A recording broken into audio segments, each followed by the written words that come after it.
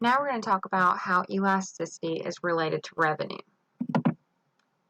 Elasticity and revenue. Elasticity helps us measure and understand how customers respond to price changes for different products, but it also helps firms or businesses predict changes in revenue. Total revenue is the amount of money a company receives by selling goods.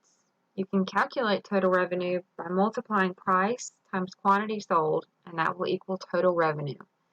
Keep in mind, total revenue and profit are not the same thing. We will talk about how to calculate profit later.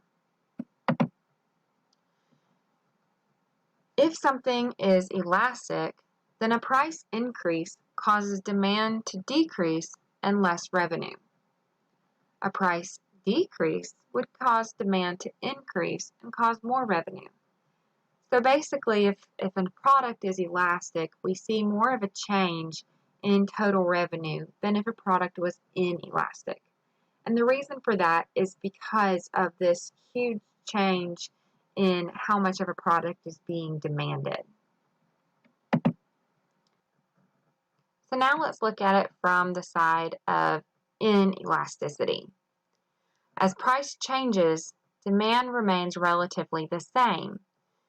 But if you think about it, let's say that your price increased by $50 and your demand didn't really change much, that's going to have a significant change in your total revenue, because even though your demand isn't changing much, that price has changed significantly. And so any change in price in an inelastic market is definitely going to have an impact. Here, we're talking about elasticity. A firm needs to know if their product is elastic or inelastic to determine the price. And there is a typo there with there. Finally, we're going to look at this quick example of a revenue table.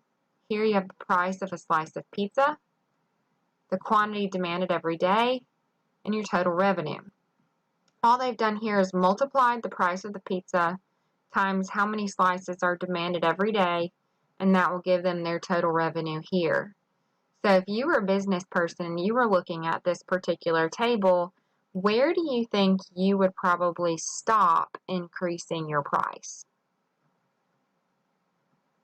If you said somewhere around here, you are correct. And that's because you're right there at 300, and that looks like the most revenue that you're going to earn for those slices of pizza. And total revenue does play an impact in your profits, and we will talk about that later.